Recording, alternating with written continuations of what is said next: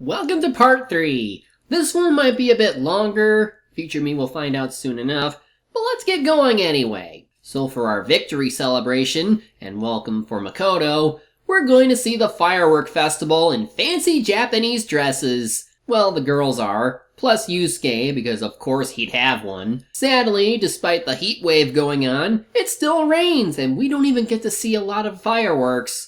We do see a future party member, but who is she? But before that though, there is a present-day event where Sai starts questioning if the way we talk is meant to get her to believe there's someone else to blame for certain events. She sees that we're trying to tell the truth, and he's trusting her with this information.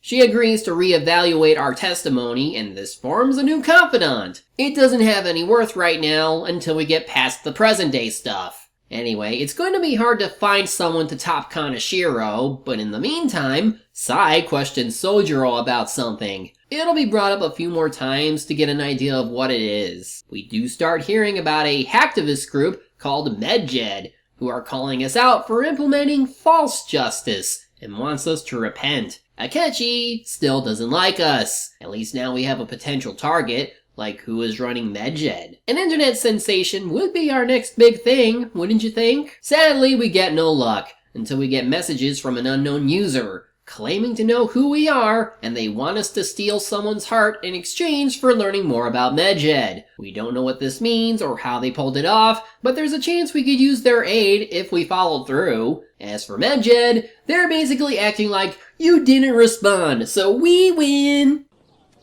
Oh yeah, you win.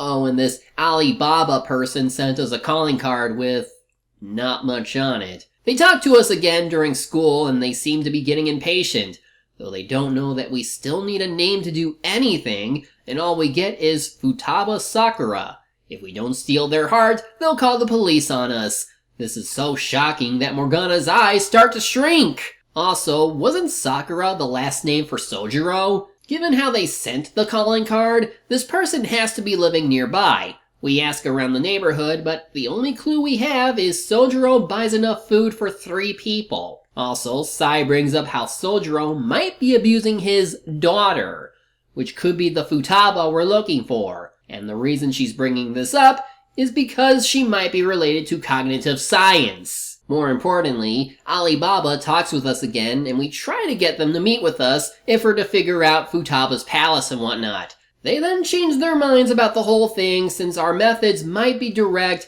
and they call off the deal. We eat some sushi after that, and we wonder if Sojiro might actually be an abuser to this Futaba girl, and obviously he isn't, since he doesn't have a palace. In the meantime, we meet Akechi again, and he has a friendly chat about the Phantom Thieves and how Medjed is declaring war on us. Akechi offers to teach you how to make fair deductions, which seems like it would relate to confidant perks, but nope! Anyway, Medjed threatens to cleanse the Japanese economy on August 21st, which becomes our deadline to get the hacker to help us. Speaking of, Makoto starts to believe that Alibaba must also be Futaba herself, and she wants us to steal her own heart. We decide to ask Sojiro, who might be home at the nearby house we saw at the start of the game. He isn't home, but the door is open. Soon the power goes out, and we get a funny moment where Makoto starts freaking out because it's dark and there was a scream just now. And then...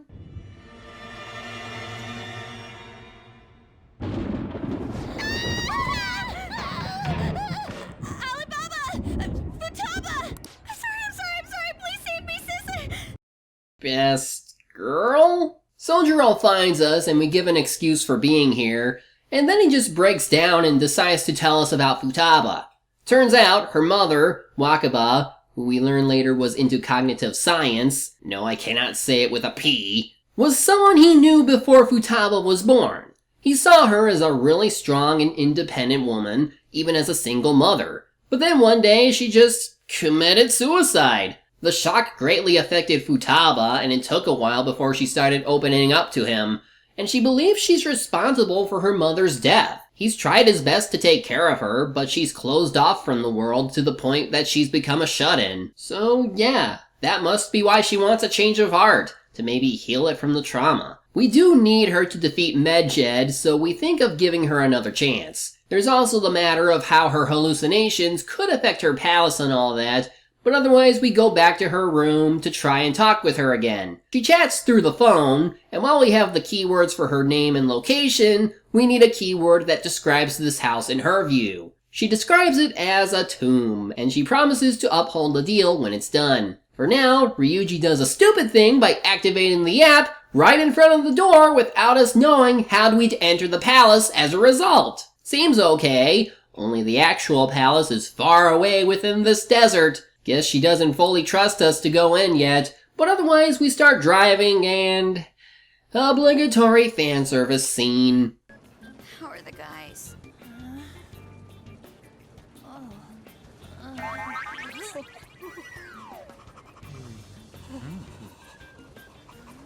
Take this! Morons. And people complained they'd be toning down the fan service because the English cover art had Morgana covering Ann's chest, even though it's so the ESRB logo can fit without pulling a Wazowski. We arrive at the entrance to the tomb, and so far we haven't run into any shadows, nor have our thief outfits kicked in. The treasure appears to be at the end of this corridor. Like, this is easy! But then Shadow Futaba appears, and despite her real self wanting us to steal her heart, her shadow is challenging us. There is no way that you can steal it. Creepy child. You killed her! You're a plague. What are these voices? Murderer. Why don't you say something? Murderer? You're the one who killed It's not her. your fault! This is horrible. Hey, the hell is this? Well, that would explain why she believes she did it, because bad people blamed her for it. Now we get considered enemies and have to flee. But now we have our objective. Steal Futaba's heart before Medjed carries out their purge, and hopefully save her from herself. And this creepy looking woman.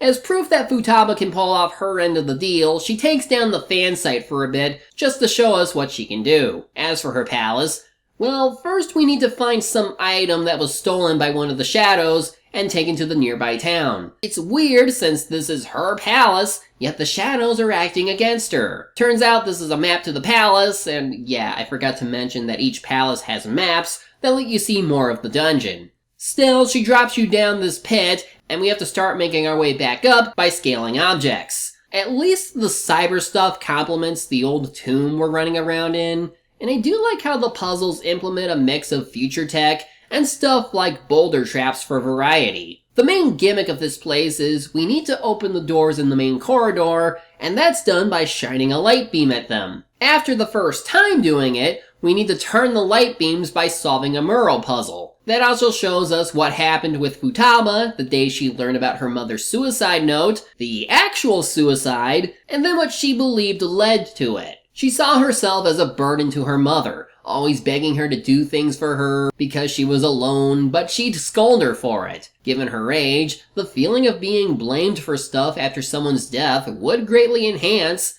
but it still contradicts what Sojiro said about Wakaba being a great mother. Sure, there could be things he wouldn't know about, but them being close friends should let him figure it out, and we know he isn't a liar about this stuff. We soon reach the end of the corridor and find patterns similar to the door stickers of her room. It won't open until her real self invites us in, and since the treasure must be beyond there, we decide to call it a day. Unlike before, you can send the calling card immediately without needing to wait an extra day. Since we're right there and we know Futaba wanted this, it takes a bit of convincing to let her open the door to her room, but now she's in the closet, which could still affect her cognition. She seems to have an understanding of what the cognition stuff is, and earlier she was shown to have the app.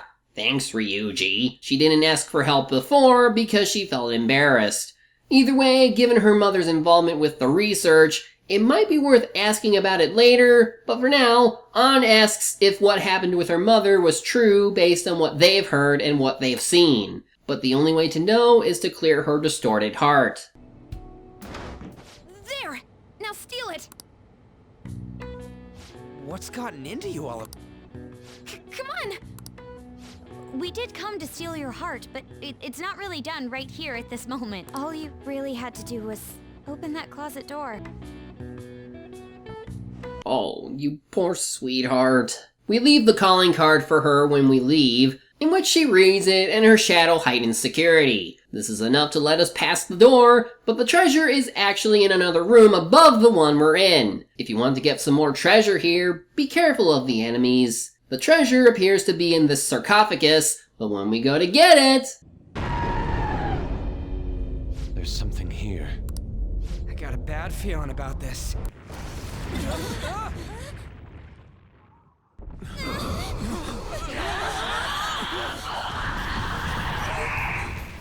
Is it a shadow? No! Then It's not Futaba. don't tell me.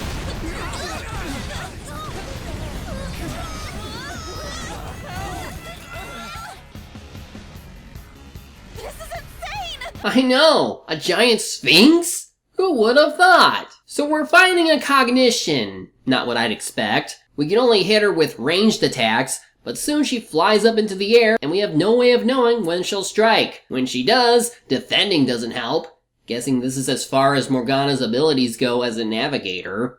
Which means we'll be getting one shortly, as Futaba opens up the app and uses it to get away from the apparitions. From there, Shadow Futaba shows her the murals again to get her to face the truth about what led to her mother's death. On the last one, where she believes being a bad daughter caused it, she starts remembering what truly happened. Her mother scolded her, but not harshly. And if anything, she promised that once her research is complete, they'll go out together. This research is really important. I need to complete it. Even if it costs me my life. Did she hate you? She did. What? She smiled. Eventually, she reaches us and gets the ghosts surrounding her again. It's apparent now that the people who blamed her made her think of her mother as a monster who wanted her to die. Would her mother really be this cruel to leave a suicide note like that? No. The men in black had to have used her to cover for her mother's death. Thus, she undergoes her awakening. I'll never forgive them!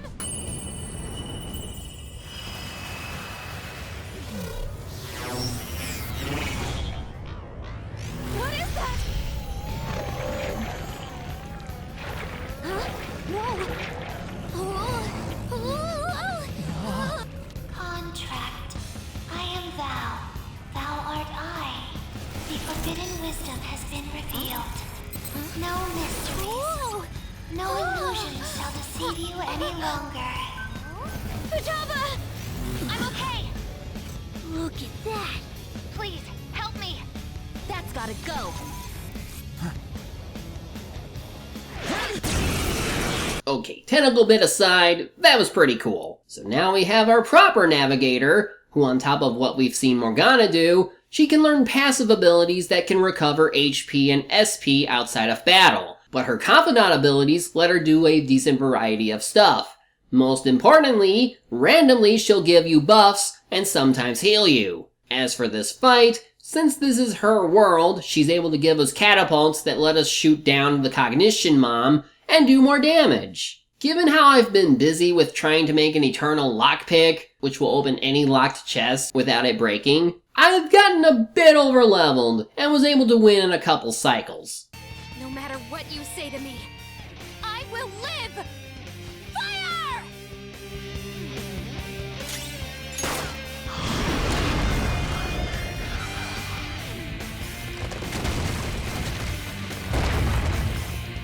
With that, the real cognition of Wakaba appears, and Futaba is happy to see her, but is sad that she has to go their separate ways, since she has a place she belongs to now.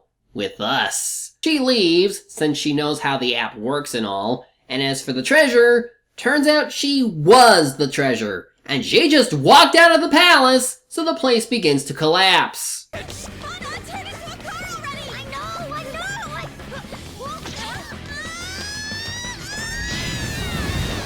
Hey, no throwing animals. We find Futaba outside, all huddled up like something is wrong. Even Takumi can't find anything wrong with her, but we feel it best to inform Sojiro. As it turns out, she just has really low energy and needs plenty of sleep to recharge.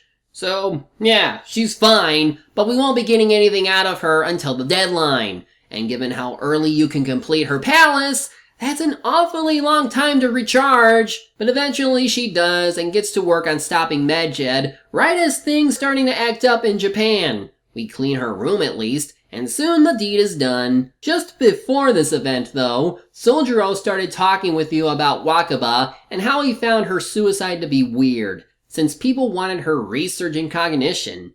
But also he finds Futaba to be a lot like Wakaba. Anyway, Futaba hacked Medjed's site and plastered our logo on it, while also publicizing the one responsible for the earlier threats. Also, Bald Guy continues to blame the government for not doing enough. Where have I heard this before? Also, Sai brings up how the next target, Okumura, was especially major and relates to one of the more unusual charges that were brought up. For now, we discuss how Wakaba's research might relate to the mental shutdowns happening a lot lately, and how Futaba has been trying to find the stolen research ever since. Hence why she became a hacker. Otherwise, summer vacation is almost up, and we need to go to the beach. And as a way to help Futaba get used to being around people again, we plan to spend the week hanging with her and getting more used to us. This also relates to her confidant events, where she's trying to trust people again and live her life. In all honesty, given her story development and how it builds even during her confidant stuff, she's easily one of the better developed characters. Her situation is very relatable to people who often blame themselves for different reasons and are reluctant to open up to others. So it feels good to help her rehabilitate and do more than lock herself up. I absolutely love what they do with her, and while I do agree they could have given this role to someone who wasn't another pretty face, for what we do have, she is still very likable. She's quirky, and her gamer-esque quotes are a joy. She's easily one of the better characters in this game, in my opinion. Oh, and before I forget, Akechi brings up a bit of his own past about how his mother and how his father discarded her after she was pregnant that led to her death. So he's a foster kid, who eventually found some purpose in life. He's still a bit pompous at times, but you can kinda sympathize with him. Just not as much as Futaba. Yes. The incident with Medjed seems to have been more effective than predicted. This should spur the Phantom Thieves' support even more now. We know, Director. We know you're responsible for everything. You don't need to make that known every so often. What we do need is a freaky dream relating to Morgana.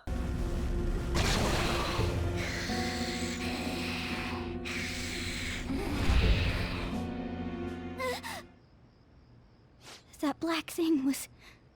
me?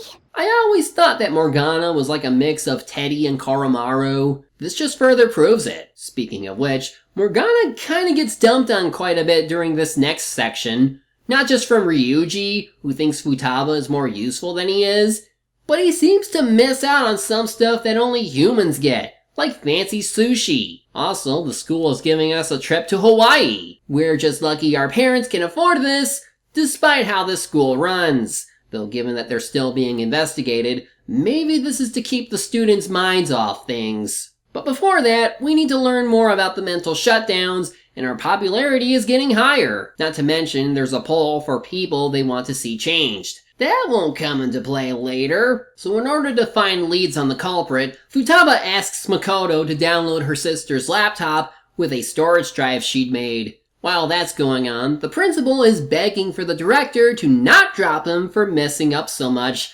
and he gets dropped. This will lead to something bad, but for now, Makoto convinces Sai to take a bath and narrowly manages to copy the laptop. Also, that girl we saw at the fireworks festival is at our school. Still don't get much out of her though. It's gonna take till after our vacation for Futaba to decipher everything. Otherwise, aside from Hawaii, Yusuke's school is going to Los Angeles. Morgana continues to be dissed on by Ryuji, and is depressed to be called the cute one of the group. Even when we make a last-minute trip to Mementos, with another area opened up, he still gets looked down upon. Poor kitty. Anyway, time for Hawaii. Not much to really say, but... How long will you be staying? Yeah, I'm so excited! Okay, so I've heard some critique about the localization of this game not being as good as earlier ones, and while I tried to see what examples there were, some of them I didn't really notice or think were wrong. Maybe my perception just wasn't there, but most of it can relate to cultural differences, them being a bit too literal at times, and it can lead to some awkward sentences that unless you aren't aware of proper grammar, you can find it annoying. For me, the Hawaiian trip is a big example of this, especially when they discuss the use of English, despite how the conversation turns out. Like, we're supposed to assume that everyone is speaking Japanese, while it's being translated into English. Yet, during scenes like this, well, just compare these scenes and how they turned out. How long will you stay? Yes! Okay. I'm Japanese! So, how long will you be staying? Yeah, I'm so excited! I have no idea though! Hi, aloha! あちらのバスに乗ってね。やべえ！日本語うめえ！ Hi, aloha. You can find your buses that way.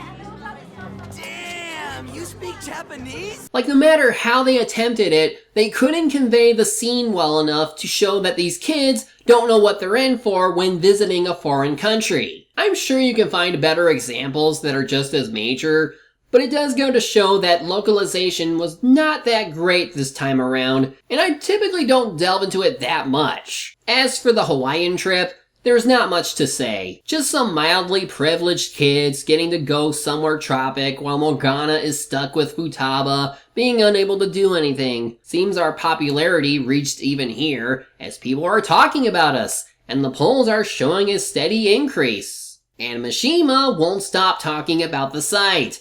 This leads to my discussion about Mishima's character growth, and well, Mishima is the kind of character who can come off as obsessive and clingy. Like, he feels he only has worth by doing the fan site, since he was always treated like a nobody. He's devoting all his time into us, which can come off as unhealthy or borderline toxic. That's not to say he's a bad kid, even though at one point he gets out of hand to the point where we confront his shadow, but we don't do anything about him because he isn't worth it. The game is trying to handle the kind of person he is and how you shouldn't be enabling him, and he needs to learn about personal space. But they keep giving you options that either tell him we're not the Phantom Thieves, try to tone him down on his actions, or enable him further for useless points. I don't want to hate on him or anything, but with how he acts and by the end of his confidant link, he wants to make a documentary on us, I feel like nothing has really changed on him. He shouldn't be devoting his life for us. He needs to branch out and do more to help others than be our source of requests. Oh, and before I forget, Yusuke is here now because the storm in Los Angeles made it impossible to land. At least most of us are here and, for the most part, enjoy ourselves. The last day, you can spend time with one of your friends,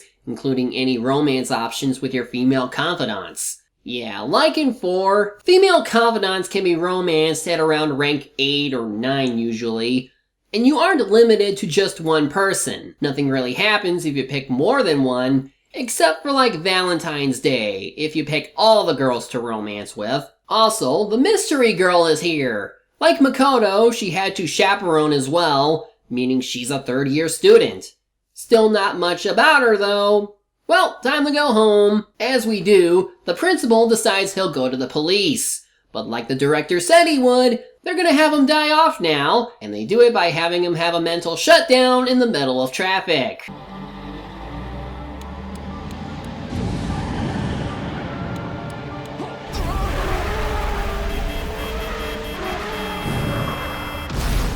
You know, you could have still spotted him on that turn. But hey, 80%! We're super popular now! We learn about the death the next day, and it gets brought up in our team meeting.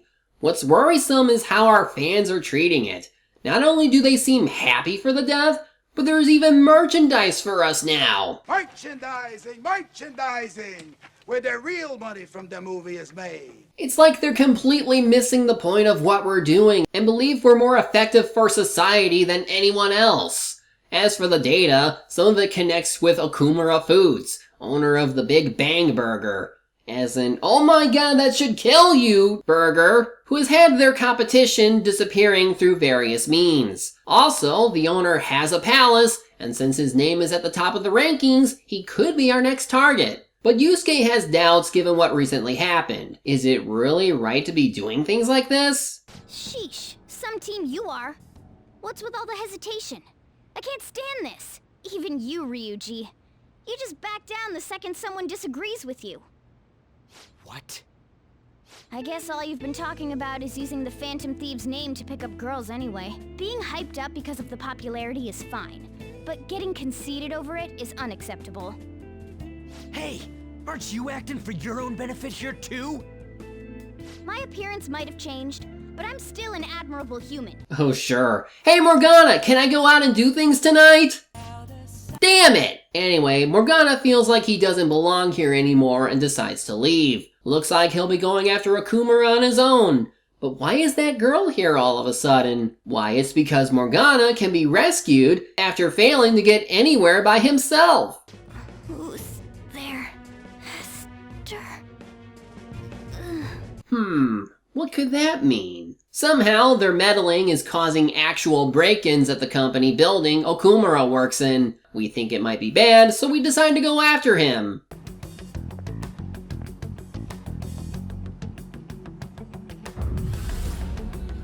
Ooh, that doesn't look good. So this time we're in some sort of space base. Makes sense, since his main food company is called Big Bang Burger. As we explore, we see that Okumura's cognition of his workers are robots who will do anything he says. This is meant to refer to the terrible work practices his company has. So this confirms that he is bad if he's doing what many corporations have done. So maybe this is meant to be the Amazon company of this game. We get stopped by a biometric door that won't let us in, and then... Halt, Vigilante!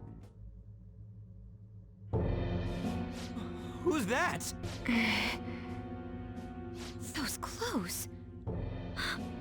Could she be a black mask? What? You mean the quiet girl was actually the black-masked intruder? Who would have guessed? Maybe this is meant to infer that she actually goes in to do other things for her own benefit, but not actually be the one causing the mental shutdowns. This beauty thief. Beauty thief? My name is Beauty Thief. We will take the treasure. Ona already said that. Do you even understand what it means to be a phantom thief? An admirable phantom thief is... Yeah, tell them! You! What do you think it means? Or she's a ditz who only recently awakened to her persona. Morgana really picked a good partner for this. Guess he's still mad about us, but it's not like he can get beyond the door. Mother effer! But the shadows show up and we all have to leave. We do start remembering that the girl has to be the same one we've seen a couple times, and going through the school books, we find her. Haru Okumura. She's the daughter of the guy we're after, and apparently, as we talk to her about it, she has doubts about what he's been doing. That's why I want to make amends, even though it may only be for my own satisfaction. But I wonder if this is just running from the problem. You know, we're well over halfway into the game and about to hit some major plot development regarding the mental shutdowns, yet Haru is being treated like a new character who would have joined us earlier rather than later. It was fine for characters like Shinjiro and Naoto to join late in the game, because they've been active in the main plot constantly. So it's okay since we know who they were for a long time. Haru, we're only now starting to know about, and she's being rushed a bit before the big moment that greatly affects our team. I feel like more time was needed to learn about her, or have her involved with the plot a bit more before doing stuff like suspecting her of being the culprit, or making her a full-on party member. She won't work with us because of Morgana saying we lost sight of our goals, or even helping their own teammate. Though, since they're doing requests without us, it might be too dangerous for them to keep being reckless. So we stake out mementos. This is our chance to make up with Morgana. We're sorry too, Morgana. We weren't taking your feelings into consideration at all. Lady on. Everyone, shouldn't you be using code names? Ryuji didn't really mean what he said, you know? Well, it's like... It was my bad too. See, Ryuji? That wasn't so hard. I mean, I don't mind if you're not human or if you're useless. Ryuji! And then there was a wacky chase scene! No, come back! I love Cats! So after they get away, by using the oldest trick in the book, the two end up being confronted by Haru's fiancé, who is mad that she was out by herself and accuses her of doing dirty things. Morgana tries to stop his sexual assault, but he gets kicked easily. Luckily, we're nearby and stop him. Sorry about the disturbance. It's just a lover's quarrel with my fiancé. What? But she's clearly fighting you.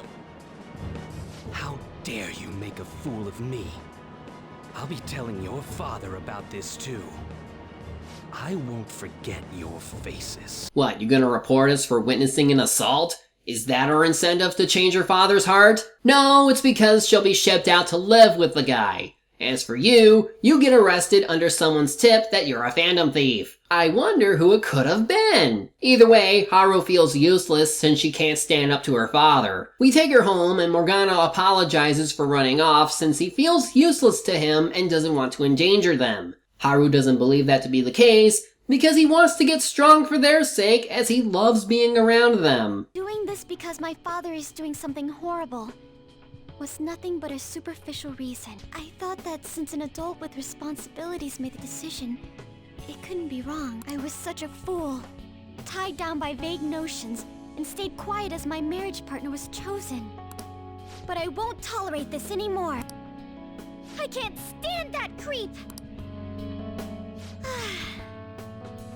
That's how I truly feel. Now this also relates to her confidant events, where she wants to figure out what to do with herself and the company she inherits. And it's not bad, but I feel like she could have benefited from being a regular confidant rather than a party member. This is another spot that could have been given to an actual outcast of society, rather than someone with even more privilege than all of them. Plus, you don't start her confidant stuff till long after Okumura's palace, and by then we'd be about a third of the way done. Her vegetable plants are useful and all, but it comes way too late. Had she been the one rich confidant who we just helped for the plants without needing her to join, I could understand. Or heck, do something like with Akechi by letting us rank her up, but not get any party benefits till after she joins. That would have been okay. I just think we're getting way too much out of Haru now at such a late point in the game. Also, we can develop Morgana. I don't have anyone I want to save or get revenge on. Someone like me has no reason to stay here. That's why. Come on, say it. You can do it. It's the only place I can belong. I want to stay here forever. That was refreshingly honest. Anyway, we have until October 11th to change Okumura's heart. And even though Haru is part of our group now, her persona is rather weak. At least until we meet Shadow Okumura, who looks like one of those aliens from that Daft Punk music video. Anyway, he thinks Haru's come to betray us since he only thinks of things like business. To gain, you must give. One must be resolved to give even more if they wish to stand above others. We are on vastly different levels, and soon I will rise to a new stage, the political world. The cold reality of kicking people down is a part of business. Virtue and sentiment are for losers. Ah, so he is like most corporations. This really is Amazon. Haru denies her father's beliefs and goes through a real awakening to her persona's power. I see you finally made up your mind, my dear fated princess. Freedom for you must stem from betrayal. If you still yearn for it now, then you must not err. Now tell me, who shall you betray? My heart has been set. You should know. Yes, that gaze! I can finally display my true strength! I am thou, thou art I! Let us adorn your departure into freedom with a beautiful betrayal! Jeez! Farewell, dear father. I am no longer your subservient puppet! Looks cool, though we don't get to see those guns very much. And she has gun skills! Yeah, my lady gives Haru gun and psychic skills, as well as the magic and physical reflect spells that are good. Otherwise, Haru mainly uses axes and grenade launchers. For a quiet one, she's pretty scary. Luckily, we don't have to leave now that she awoke to her true power, so let's go explore! Part of progression this time around involves looking for key cards that open the elevators, which are found on the employee bots that we fight. Guessing who it is requires eavesdropping on the low-level bots. Beyond that, and the airlock puzzles that are pretty cool, the whole dungeon crawling experience is kinda getting stale. It's mostly the same old run here, hide behind this, and ambush that. Even with all the wall climbing we do, it doesn't feel that much of a step up from like Tokyo Mirage sessions, where they settle for static dungeons instead of randomly generated ones like in Persona 3 and 4. If we're just going by Persona, this would still be an improvement from 3 and 4, but they needed to go beyond TMS and really let us feel like thieves. The Royal implies better traversal, and I'm hoping there are opportunities to grapple and fly around in cool fashion more than what the trailers show. What we have now is fine, but it gets stale after a long time. Heck, TMS even had a better looking chat system. I feel like TMS does it a lot better in some areas than this game. We learn of the ways Okumura's business treats the employees, from taking really quick breaks to using their bodies to advance their agenda. And soon we find the treasure. We send the calling card, but when we do, Okumura actually calls the police so they know about what we're doing. This could be bad, since even though people know what we're about to do, it could be a trap. I don't care what the Phantom Thieves do as long as they show up, haha. Just do it quick, lol. They're just saying whatever they want. At this point, all they care about is seeing those in power beg for forgiveness. Damn it, this isn't a game!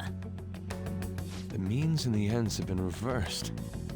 We're starting to be seen purely as entertainment. Again, like they're completely missing the point. Well, Haru's screwed unless we do this, so we have no choice. The treasure is there, but it gets taken away immediately as Okumura plans to blast off in his spaceship and kill us off. We have 10 minutes to reach him before he fills his ship with the rocket fuel and loads it with the word. Get past the enemies in time and we catch up to him. And he's apologizing? He's claiming to have changed his ways and acknowledges what he's done while also not wanting us to take the treasure. Based on Haru's reaction, maybe he's being serious. You foolish girl. Never mind! What happiness can be found through profit, gained by crushing the hearts of others? Better that than fail. I'd much rather destroy others than wallow in the misery of debt. Again with the money? Maybe it works here, since the palaces all correspond with a different aspect of the 7 deadly sins.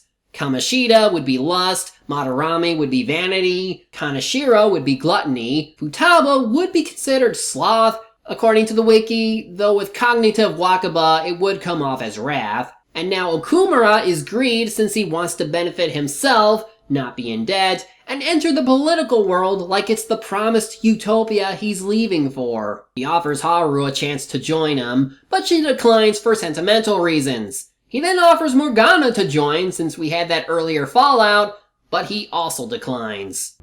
You lived with Haru for 17 years and you still haven't realized? In this world, there are tons of things that money and fame can't buy. What point would there be in only saving myself? Nobody could replace these guys, period. You know what that means? Your offer was a no-go from the start! What? Whoa, it hit! Way to go, me! Wowza! You're so cool, Mona! You stole the show, man! Well, now it's our turn to steal. His heart! So for this battle, we have to fight more robots. Each type only has one weakness and is resistant to everything else.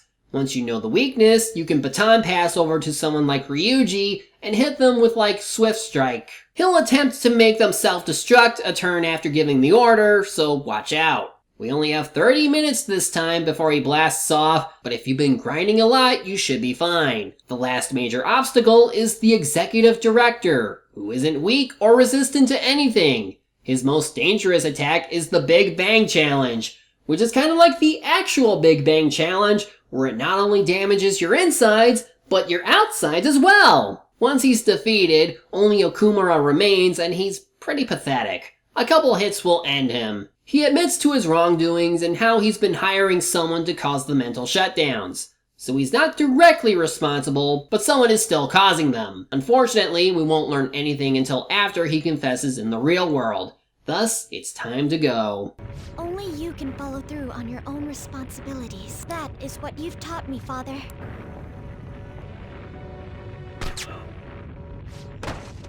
My utopia.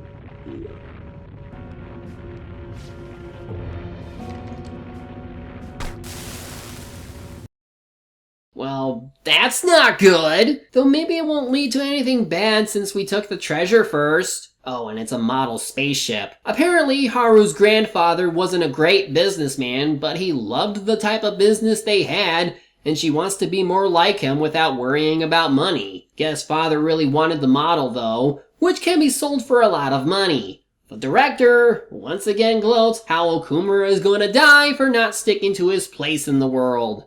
Ugh. Otherwise, Okumura plans to confess his crimes via press conference. We plan to do our usual celebration/welcome party, but first we help Haru on the roof.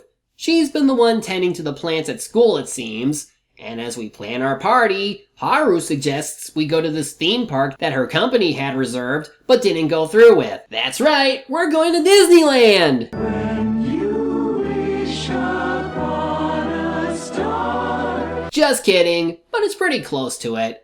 I love the animal ears though. Now this I would get behind as a reward for all the hard work we've been doing in helping the one rich girl, using her privileges to give us things we normally wouldn't be able to have. I wish more of us weren't so pretty or commonplace in JRPGs, but I do appreciate everyone enjoying themselves just fine. Otherwise, time for the conference. Okumura admits to wrongdoing, and this does mean that Haru won't be living with her fiancé, though he won't be gone until the Confidant link is over. But then, as soon as we get to when we're about to learn who he was in contract with...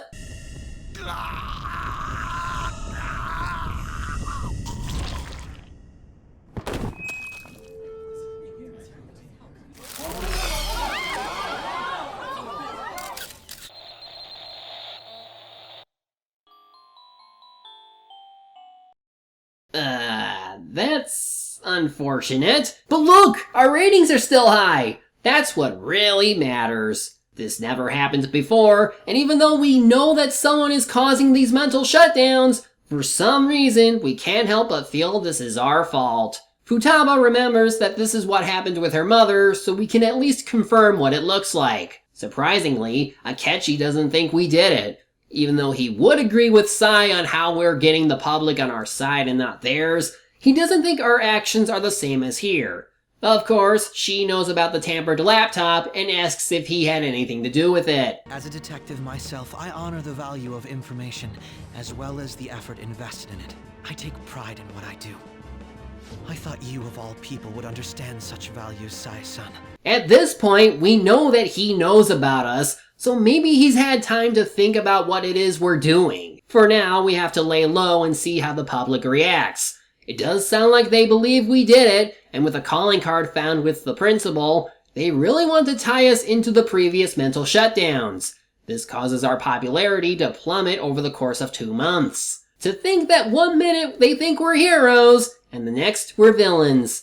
And this is despite some of them wanting us to kill earlier. Like, what the hell? It's apparent we've been set up. Not that we wouldn't know when the game keeps showing the director gloating about it. And after exams, we learn that the same guy claiming to be Medjed was also boosting the ratings for Okumura, so we specifically go after him. I will say that while the game hasn't been subtle on who is involved with the mental shutdowns, this is a brilliant villain plan that makes use of real-world tactics involving social media. See, it's easy to manipulate public opinion through misinformation, bots, and other things. What they did by artificially boosting our ratings isn't that much different from manipulating a company to do things because they think the demand for it is real. They got us to go after Okumura because we thought that's what the people wanted. And now we're being branded as criminals because that was the intention of the enemy group. Outside of the metaverse stuff, this is the closest to a perfect villain scheme I've seen in these games. Just too bad we already know who did it. Then, what kind of guy did we make an enemy of? I know who, and right now he's having Sai lead the investigation into us, which is part of what present-day Sai mentioned, since it's clear we target her heart next. The police and SIU are trying to figure out who the Phantom Thieves are, and even though they question us with little evidence, there's a sharp possibility that they already have leads on us. Makoto has us on the school festival committee to not draw suspicion, but we can't ignore the accusations. That's when Makoto gets an idea. Based on how the school wants us to invite Akechi to speak at the school, we should ask him about what the police knows, since he is clearly defending us and we need police connections to figure stuff out. It'll be risky, but we have to do this. In the meantime, the bald guy, who we can now identify as Masayoshi Shido, goes on a tangent about us and the government's lack of interest in stopping us. Based on his dialogue, he comes off as one of those conservative, nationalist politicians who take advantage of people's frustrations as a means to gain their vote, while being all, these anti-fascists are the real fascists. Like seriously, this is all too commonplace in reality, where people like him take advantage of the naive, misinformed, ignorant, or just plain out bad like he is, people, in order to make what was already a messed up society even worse. He's literally every fascist politician you know, and while you could say he's being based on Japanese politicians, you could easily replace him with someone like Trump and no one would tell the difference. Akechi says he'll be attending the festival, even telling our group in person, and after eating a hot octopus... My throat. Are you okay? I'm fine. I just love, spicy stuff. Then at the panel, Makoto starts asking him questions about the investigation, and it gets to a point where he's about to reveal who we are since we, the player, already know that he knows. But he doesn't speak, and asks us to meet privately. He tells us what he knows, and that he knows about the other world. How he knows about the name of the metaverse is questionable, but that doesn't necessarily make him suspicious if he knew for a long time. I found out about that world about a month ago. This had been installed onto my phone without my knowledge. He tells us how he went to the other world after we did, and ran into the masked intruder, who nearly killed him, and that was how he awoke to his persona. And the truth, when those thoughts overcame me, I awakened to that power. This guy has a persona too? This cat. Morgana, our teammate who taught us about the metaverse. Really? But it is true that you know things that I don't. Now you have someone to share your love of pancakes with! Getting to the point, he knows we only want to reform people, and the killer wants to cause mental shutdowns for personal gain, which is why he wants to help clear our names. As it turns out, while the police don't have much to go on, they're willing to go ahead with arresting those who've been involved in the last few months of incidents. Shows how corrupt the police are when they'll arrest anyone on any act of suspicion. His deal involves his help, and for us to disband once it's all over. We'll need to think it over, especially since we don't know what we have to do exactly. Hey, they're going.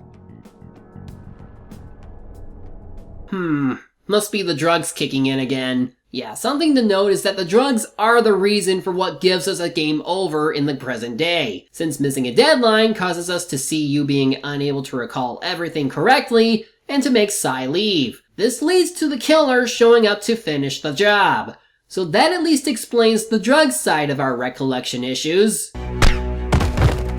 After that, Sojiro finds the calling card we gave to Futaba and demands answers. We actually get a good heart-to-heart where Futaba explains how she asked for us to save her since she felt powerless with her trauma. This leads to him reminiscing about his government days and how Wakaba once mentioned how she knew she would die somehow, all because of her cognitive research. Even after he learns that you are a thief yourself, and are only helping people? He believes in you and promises not to turn you in, as you're both family to him. But he warns us that if we get into trouble, we need to back out, since if the people who killed Wakaba are anything like who we're after, it could be trouble. Again, why I love Sojiro, since he comes off as the gruff old guy who acts stern, but is only trying to change himself and become a better father figure. Still, our group is shaken over how scary it's gotten and wonder if our actions were even right. Which, yes, they were. The people we reformed were legitimately bad. It's just we lost sight of our goals. But still, we need to turn the tables on the enemy. No sense running away, so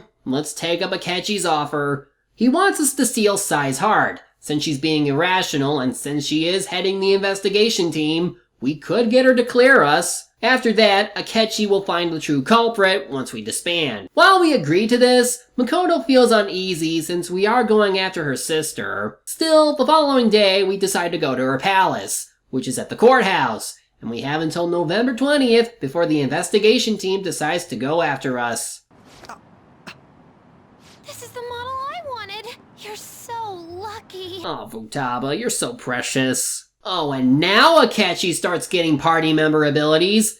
Makes sense, since he is the last to officially join us. As we enter the other world, in anime trailer Walk to It, we see that the palace is in fact the casino night zone from the beginning. Considering Sai sees her job as part of a competition, gambling could be a factor in why she sees the court and justice system as a winner-take-all case.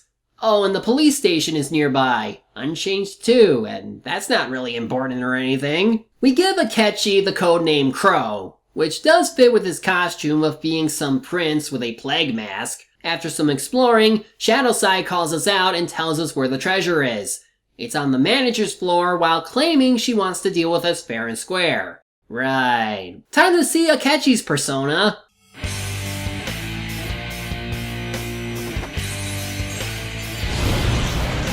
Well then, let us begin. Don't worry, you can leave this one to me.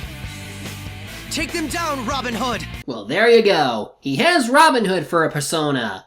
Guess this makes him a secret superhero? Still, he gets access to light and dark spells. He has a laser sword and ray gun. And when he succeeds with an all-out attack... I love that stupid dance of his. Anyway, this palace is even more straightforward in its gimmicks. First, after getting member cards made to let us use the elevator, we learn that to get further up, we need to buy a special member card using game coins. This involves checking out the games they have, like dice and slots. But it becomes clear they're rigged. Thus, we need to figure out where they're controlling things and tip the odds in our favor. Akechi gets to show off his brilliance and cunning, which is pretty humorous when making Ryuji the butt monkey of his schemes. Still, while this continues the trend of repetitive exploration, we get some really good music this time.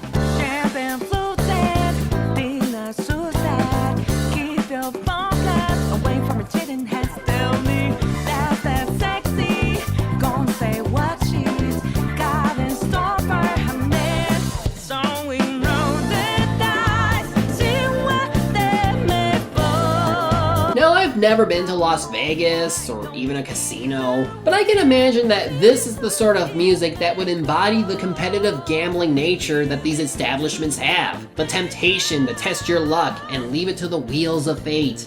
And given all the bright and colorful scenery that's around us, this is my favorite looking palace to date, and with the best music track to boot. There is a point where we have to leave in order to gain access to the upper level, since it represents an area in the courthouse that only certain people are allowed in. Once Sai sees us, that means her cognition changes to allow us further in. This time we have a maze of darkness that you can use your third eye to clear, and a battle arena that can be tricky if you don't have the right gear or personas to handle. I actually game overed here, but after that I was able to cheese it. Soon we get enough coins to cross the bridge to the manager's level, but Shadow Sai tries to cheat again by increasing the amount of money we need. But then Akechi reveals that he kept one of the disposable cards that can hold money, which through some logic, he says we have enough to cross. Well, just for that, I'll buy you that golden ray gun for being such a good boy. Well, we find the treasure, and Makoto believes it might take the form of her father's police notebook.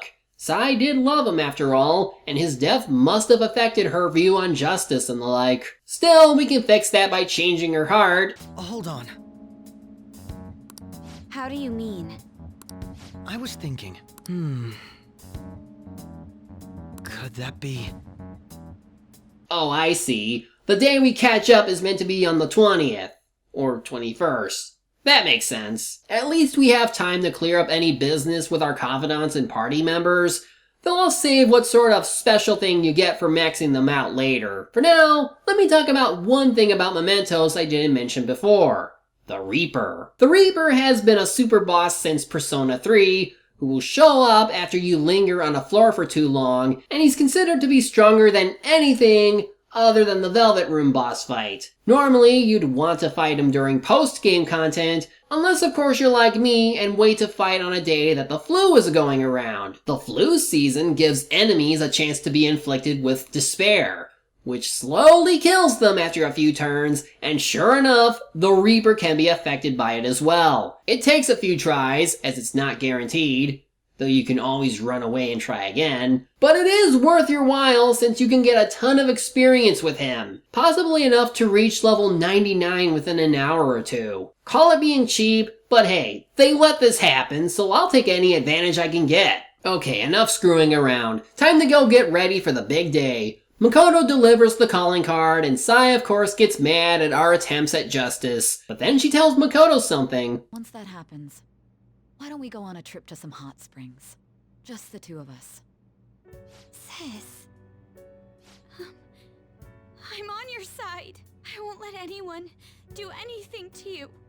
Yeah, I'll wait till next time, since it's still related to something important. Also, she gets a phone call saying she's off the team? The hell? Well, we won't know that because it's infiltration time. Oh, now they give us the lyric version of Life Will Change. You wait till everyone is here before giving us the best music ever? Well, it seems Shadow Sai moved the treasure to the upper level, one where she says she can fight to her fullest, and indeed, her changing character was caused by her father's death and his foolish belief in justice. She's now gonna make us play in her game for this fight. No more coins or playing games! We ain't following your damn rules!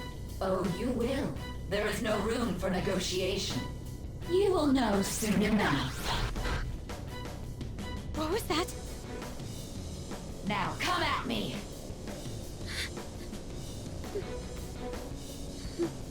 You'll save her, right?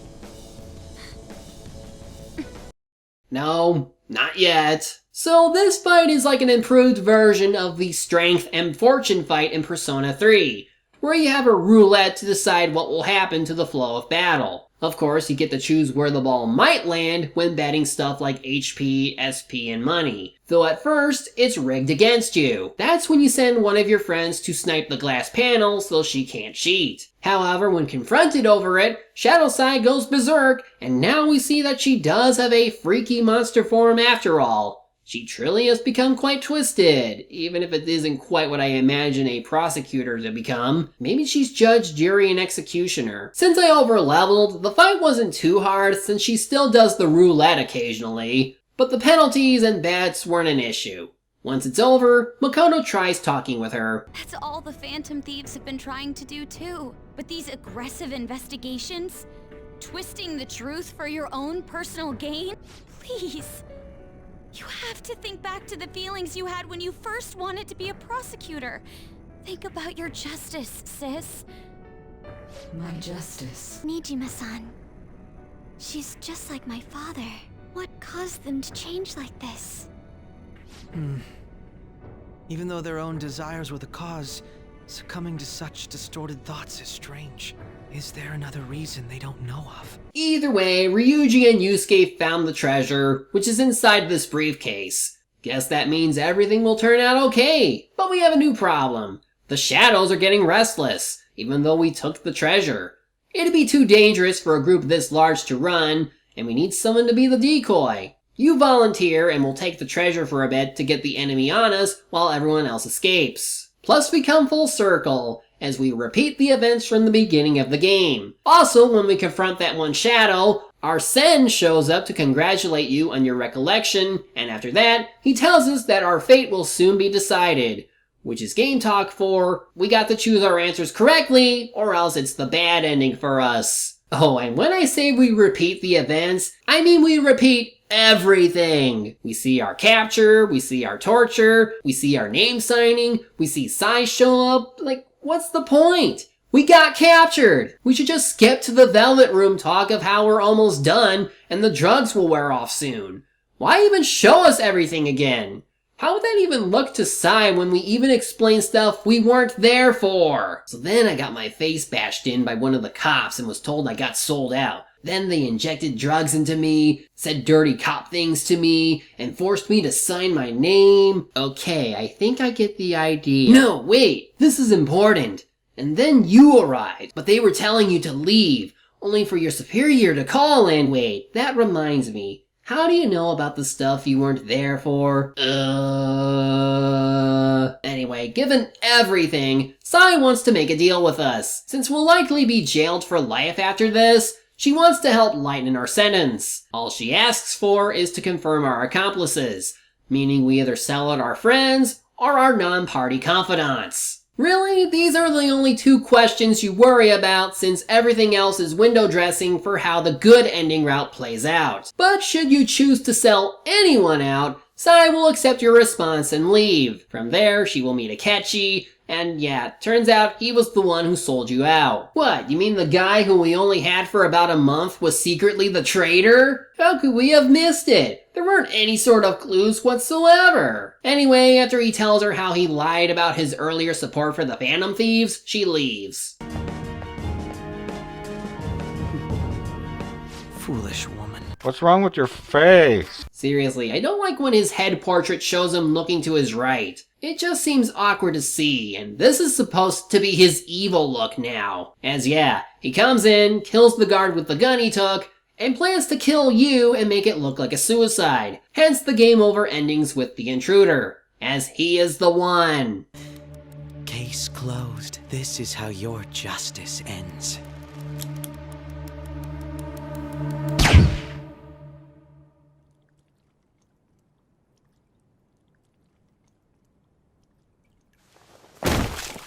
Getting this ending will let you benefit from most of the New Game Plus stuff, but otherwise, what you're meant to do is power through with how this is your justice, and soon the drugs wear off, and you start telling her that the key to finding the traitor lies within your phone. Based on the flashbacks, Morgana suspected Akechi, and I will bring this up next video, but essentially we need her to show him the phone in order for this next plan of ours to work. She doesn't quite understand it, but given your honesty and charisma, she's willing to place her bet on you to come out on top. Thus we jump from rank 6 to rank 10 on her confidant, so we'll get her Arcana benefits when this is over. Anyway, the following scene is mostly the same, though she shows him the phone to see if he recognizes it. Although he notices the transition, he doesn't seem to think anything of it, and Sai leaves, thus repeating the bad ending, but with one difference. Your popularity truly was quite stunning. That just made using you all the more worthwhile.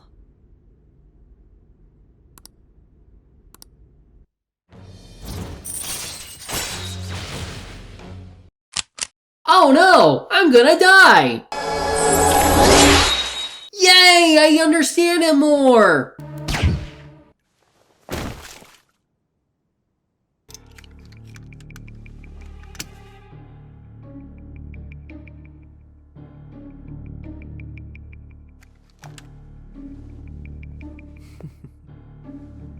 Well, that's that. Now we see that he's been working for Shido the whole time, and he plans to kill the rest of our friends once this blows over. But before that, they have the director killed off. Guess he was worthless in the end after all, even after all the scenes he had. Futaba contacts Sai on the phone she has, and warns her that our life is in danger and needs to go back. The guard is still alive, for reasons we'll see soon enough, and she gets him to leave since she knows from a recording Futaba gave her that he was with Akechi, and would likely be killed off if he stayed any longer. Otherwise, news gets out of our arrest and we see our friends' reactions, including that of our supposed death. But is that truly what happened?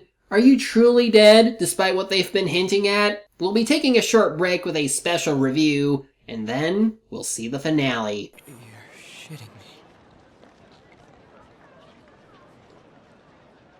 We got him.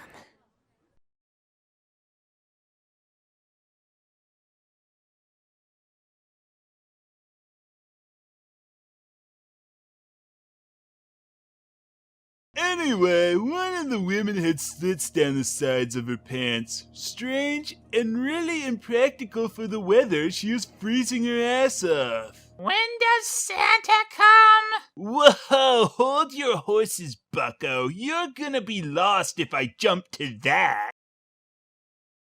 And then she put her panties on. I'll kill you!